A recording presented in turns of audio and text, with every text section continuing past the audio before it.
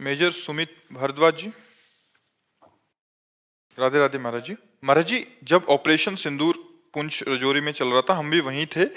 महाराज जी, मुझे आभास हुआ कि ऐसा लगा आप बगल में ही हैं। वो अनुभव अद्भुत था महाराज जी। मैं पूरा आपको जान तो नहीं पाया हूँ, बट महाराज जी मेरा सवाल है कि आप किस रूप में, कैसे हम सैनिकों के साथ हर पल महाराज जी हो। महाराज जी, हमारा आपका हृदय स्वरूप बहुत जानना चाहता हूँ। भारत के सैनिकों को प्यार करता है।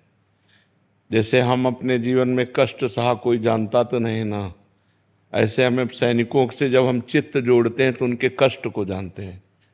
जब वो छुट्टी से अपने परिवार से विलग होकर जाते हैं और बच्चे अंगुली पकड़ करके पापा कहते हैं, तो दोबारा लौट करके उनको आना होगा कि नहीं आना होगा, इसका कोई भरोसा नहीं है कि दोबारा लौट करके आएंगे कि नहीं आएंगे।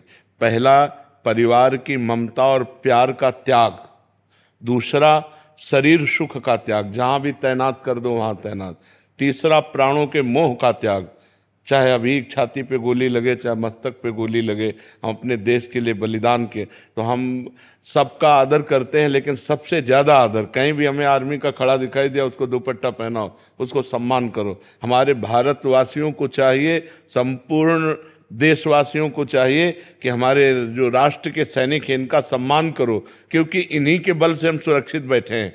अगर इनका सुरक्षा कवच ना हो तो हम चैन से सो नहीं सकते। तो हमें चाहिए कि अपने राष्ट्र सैनिकों का उत्साहवर्धन करें, राष्ट्र सैनिकों को सम्मान करें, राष्ट्र सैनिकों को प्यार दें। हाँ, तो हमारा हृदय आप लोगों को बहुत प्यार करता है। तो हम शरीर से तो भले आपके साथ नहीं, लेकिन मन से आपके साथ हैं, आत्मा से आपके साथ हैं, हृदय से आपके साथ हैं। और हम अपने भारत के जितने भी सैनिक हैं सब स्वस्थ रहें, प्रसन्न रहें, कभी मानसिक उनको कोई क्लेश ना हो, ऐसा आशीर्वाद देते हैं, ऐसा भाव करते हैं जी। राजकुमार सिंह जी। राधे राधे महाराज जी, आपके चरणों में कोटि। राधे राधे महाराज जी।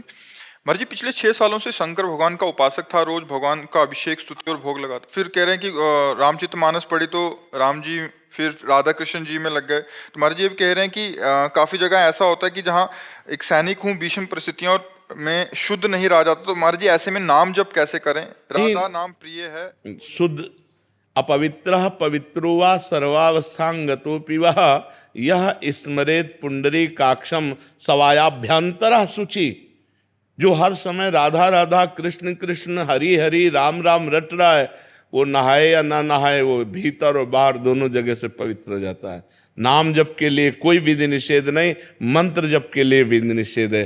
हर समय नाम जप करो, चाहे 4 दिन स्नान ना हुआ हो तो नाम जप करो। नाम जप के लिए कहीं कोई रोक नहीं। अपवित्रा पवित्रो वा, अपवित्र हो या पवित्र हो, जो पुंडरीकाक्ष कमल नयन भगवान श्री हरि का नाम स्मरण करता है वो बाहर और भीतर दोनों जगह से पवित्र हो जाता है। इसलिए तुम नाम जप करो, नाम जप के लिए कोई निषेध नहीं। तो मैं राधा राधा भी जप। हाँ, जब राधा का गुरुमंत्र होगा वो बात अलग होगी।